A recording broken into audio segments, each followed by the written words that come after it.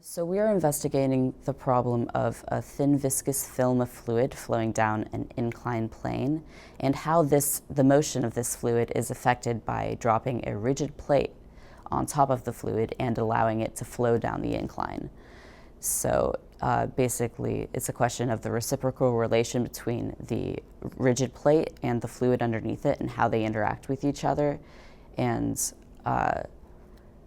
so then the problem involves solving or deriving a bunch of equations, mainly ODEs, that can be used to numerically approximate the motion of the slider in the fluid. I say that we worked with a lot of different models, and now by this point we're trying to hone in on a model that's working really well for us. We're trying to investigate it a little more. There are a lot of parameters to investigate. For example, the angle of the inclined plane, the length of the slider on top.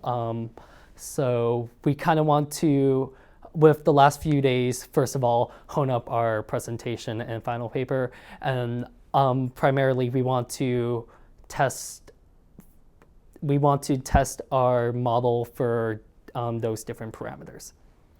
I think for me, this experience was more of a broadening thing, since this particular research project is not necessarily where I see my academic career going, but it was definitely a great experience to see what's out there. The professors and the team have been really great to work with. So, and even though I get confused on a lot of the physical parts of the model, I was able to eventually smooth those out, and things started making sense at the end eventually. So even though research has been this really long path, it eventually becomes clear towards the end.